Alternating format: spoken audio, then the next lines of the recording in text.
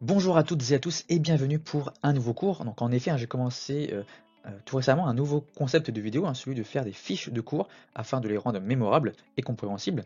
Et aujourd'hui, nous allons parler d'un nouveau cours, celui sur le trouble somatoforme, qui est un cours de médecine et c'est le cours 70 des ECNI, examen classant national. En effet, le but de ces vidéos, c'est de rendre compréhensible et mémorable ces cours, ces fiches de cours, pour vous aider à mieux apprendre vos cours. Et à la fin de la vidéo, il y aura bien sûr des petits QCM pour vous entraîner. Et passons directement au vif du sujet sur les troubles somatoformes, qui est un cours de psychiatrie. Et donc du coup, voyons ensemble ici la définition du trouble somatoforme. Alors c'est un ensemble de symptômes, de signes, de syndromes ou de plaintes physiques, pour lesquels aucune anomalie identifiable est retrouvé, il ne peut être incriminé. Donc on y accorde différents troubles à ce trouble somatoforme, il y a différents troubles dans ce trouble. On peut retrouver des troubles de somatisation, troubles de conversion, troubles douloureux, hypocondrie, dysmorphophobie, qu'on va voir juste après. Alors pour bien comprendre ce qu'est un trouble somatoforme, voici une diapo pour remettre les pendules à l'heure, car je vous l'accorde, ça peut être très compliqué cette définition de trouble somatoforme, et donc voici comment comprendre ce trouble. Donc, ici on va décortiquer le mot trouble somatoforme. Alors il y a trouble, on va ici le prendre dans le sens psychique, où il y a un dysfonctionnement psychique. Somato, ça vient de somatique, qui concerne tout ce qui est en rapport avec le corps. Somatique en rapport avec le corps. Et la forme, ça prend une certaine forme, une forme liée au corps. Alors pour caractériser un trouble comme étant un trouble somatoforme, ça implique trois choses importantes. Il faut qu'il y ait une souffrance psychique avec une altération des relations sociales et professionnelles. Il faut qu'il n'y ait aucun trouble psychiatrique. Et il faut justement qu'il y ait une participation psychologique qui pourrait expliquer la cause de ce trouble. C'est vraiment important ces trois choses-là à savoir. Alors voyons très rapidement la partie épidémiologie de ce trouble somatoforme. Donc ce trouble touche environ 5 à 10% de la population générale, donc ça équivaut à une personne sur 10. Et classiquement, ce trouble débute vers la fin de l'adolescence ou chez le jeune adulte, et il a une prédominance féminine avec un ratio de 2 femmes pour un homme. Voyons maintenant les différents facteurs de risque de ce trouble somatoforme. Alors il y en a trois principaux. Ce sont par exemple tous les facteurs de stress, les traumatismes, les conflits relationnels. Ça engendre beaucoup un trouble somatoforme. Il y a également les stratégies d'ajustement au stress qui sont réduites, c'est-à-dire que la personne a du mal à s'adapter au stress, à s'ajuster au stress. Et puis surtout, en dernier, comme troisième facteur de risque, il y a les antécédents familiaux de ce trouble somatoforme. Ça bien sûr, ça accentue le risque d'avoir ce trouble somatoforme. Ce qu'il y a également à savoir, c'est que le trouble somatoforme est vraiment très proche. Il est équivalent aux troubles psychosomatiques. Ils sont vraiment très très proches. Vous verrez dans la définition, c'est quasiment les mêmes mots mot pour mot. Donc le trouble psychosomatique, c'est un trouble médical non psychiatrique, dont la dimension psychologique, donc surtout les facteurs de stress, est déterminante dans la survenue et évolution de ce trouble psychosomatique, de ce trouble. Et très fréquemment, les pathologies qu'on retrouve dans ce trouble psychosomatique, ce sont des pathologies comme de l'asthme, de l'eczéma, des céphalées, des colopathies, des ulcères gastro-duodénales. Donc il y a vraiment plein, il y a un panel de pathologies très souvent impliquées au trouble psychosomatique. Alors s'il y a juste une phrase à retenir pour ce cours, pour vraiment tout comprendre sur le trouble somatoforme, c'est celle-ci, c'est l'expression corporelle de tension psychologique. Ça, c'est la définition même du trouble somatoforme ou du trouble psychosomatique. C'est l'expression corporelle de tension psychologique. Alors ça veut dire que des tensions, des souffrances psychiques, se répercutent sur le corps. Et du coup, le corps va exprimer ces tensions psychologiques. Cette phrase, elle seule résume ce cours. Alors, quels sont justement les signes cliniques de ce trouble somatoforme? Donc ici, on va voir la partie sémiologie du trouble somatoforme. La sémiologie, c'est l'étude des signes cliniques. Alors, les premiers signes sémiologiques des troubles somatoformes, ce sont des plaintes fonctionnelles. C'est-à-dire que le patient va beaucoup se plaindre de ses fonctions du corps, toutes les fonctions du corps. Ça peut être des plaintes gastro-intestinales, cardiovasculaires, cutanées, ça peut toucher vraiment toutes les parties du corps. Deuxièmement, comme autres signes cliniques qu'on peut retrouver dans le trouble somatoforme, ce sont principalement des signes d'allure neurologique. Ils peuvent être moteurs avec une altération de la coordination et de l'équilibre, avec des difficultés de déglutition par exemple, tout ce qui touche aux muscles. Il peut avoir également des signes sensoriels sensitifs, plutôt localisé au niveau du côté gauche, donc il peut avoir une diminution de la sensibilité, il peut avoir une perte de la vue et de l'audition. Et puis il peut avoir également des mouvements anormaux, type des convulsions. Donc voici tout ce qu'on peut retrouver d'allure neurologique dans ce trouble somatoforme. Donc c'est assez varié. Autre signe ou symptôme qu'on peut retrouver dans le trouble somatoforme, ce sont les symptômes douloureux. Donc il y a beaucoup de douleurs en fait dans ce trouble. Donc ça peut être des douleurs dites aiguës, donc, qui datent de moins de 6 mois, ou chroniques qui datent plus de 6 mois. Et ces douleurs peuvent être possiblement associées à une autre pathologie médicale, mais n'expliquent en rien la sévérité ou le maintien de la douleur. Alors on l'a vu, le trouble somatoforme peut être représenté de façon très variée avec de nombreux signes cliniques, mais dans ce trouble somatoforme, il peut justement y avoir d'autres troubles associés à celui-ci. Ce sont les troubles psychiatriques que nous allons voir juste après. Alors justement, dans les troubles psychiatriques liés au trouble somatoforme, il y a ce qu'on appelle le trouble de somatisation. Et dans ce trouble de la somatisation, il y a ce qu'on appelle le syndrome de Briquet. Donc pensez justement à un briquet. Et lui, ce syndrome est associé à différentes plaintes fonctionnelles, polymorphes et durables. Alors justement, ces plaintes, ces symptômes ou signes cliniques, peuvent toucher plusieurs domaines corporels, au moins 3. Il faut au moins 3 pour parler justement de syndrome de Briquet, de trouble de la somatisation. Alors généralement, ce trouble apparaît en dessous de 30 ans, avant 30 ans, et évolue sur plusieurs années. Et il faut, pour caractériser ce trouble de somatisation, il ne faut qu'il n'y ait aucun diagnostic associé à celui-ci. Comme autre trouble psychiatrique associé au trouble somatoforme, il y a ce qu'on appelle les troubles somatoformes dits indifférenciés et non spécifiés. Alors généralement, ils n'atteignent qu'un seul domaine corporel. Donc, ce qu'on appelle trouble indifférencié, c'est un trouble qui dure plus de 6 mois. Et trouble non spécifié, c'est un trouble qui dure moins de 6 mois. Et souvent, ils sont associés à des troubles fonctionnels ou psychogènes. Troisième trouble psychiatrique associé au trouble somatoforme, c'est le trouble de la conversion. En gros, c'est un symptôme ou un signe clinique d'allure neurologique. En gros, c'est ce qu'on a vu à peu de choses près, dans la partie sémiologie du trouble somatoforme. Et dans ce trouble de la conversion, il y a également un facteur psychologique de stress déclenchant ou entretenant le trouble. Et il faut bien sûr qu'il n'y ait pas d'autres diagnostics associés à ce trouble. Quatrième trouble psychiatrique, c'est le trouble douloureux. Alors il correspond à peu de choses près au même syndrome douloureux qu'on a retrouvé dans la partie sémiologie du trouble somatoforme. Alors, ce trouble douloureux est également caractérisé par un facteur psychologique de stress qui déclenche ou entretient ce trouble. Il faut qu'il y ait également une absence de pathologie médicale qui explique ou maintient les douleurs. Autre trouble psychiatrique associé au trouble somatoforme, c'est l'hypocondrie ou quelqu'un qui est hypocondriaque.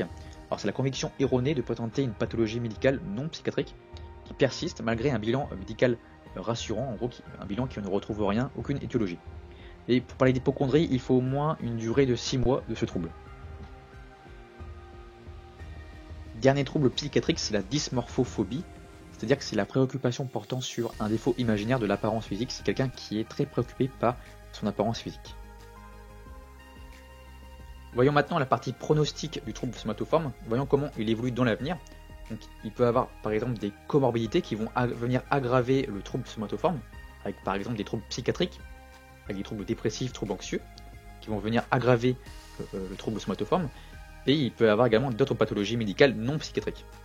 Au niveau de la mortalité, cette mortalité est liée au risque suicidaire, surtout en cas de troubles dépressifs associés, et puis de manière iatrogène, liée à des investigations ou interventions médicales ou chirurgicales injustifiées. Au niveau des facteurs de mauvais pronostic, ces facteurs vont aggraver l'évolution de ce trouble, surtout en cas de difficulté pour connaître les facteurs de stress qui vont déclencher ce trouble, surtout si l'évolution est longue, si le diagnostic est tardif, et puis bien sûr on l'a vu s'il y a de nombreuses comorbidités. Au niveau du traitement et de la prise en charge du trouble somatoforme, on peut proposer une hospitalisation courte en médecine. Donc c'est surtout indiqué pour réaliser des examens complémentaires pour essayer d'éliminer un diagnostic différentiel, autre que la psychiatrie.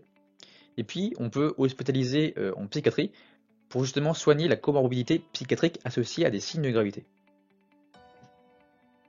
Mais la prise en charge principale et essentielle, c'est l'éducation thérapeutique, c'est-à-dire on va essayer d'orienter le patient vers un suivi psychiatrique afin de se soigner lui-même pour soigner son trouble somatoforme. Donc comment on fait ça ? On va essayer de ne pas trop multiplier les investigations paracliniques contribuant à l'entretien des troubles. en effet ça contribue aux troubles somatoformes.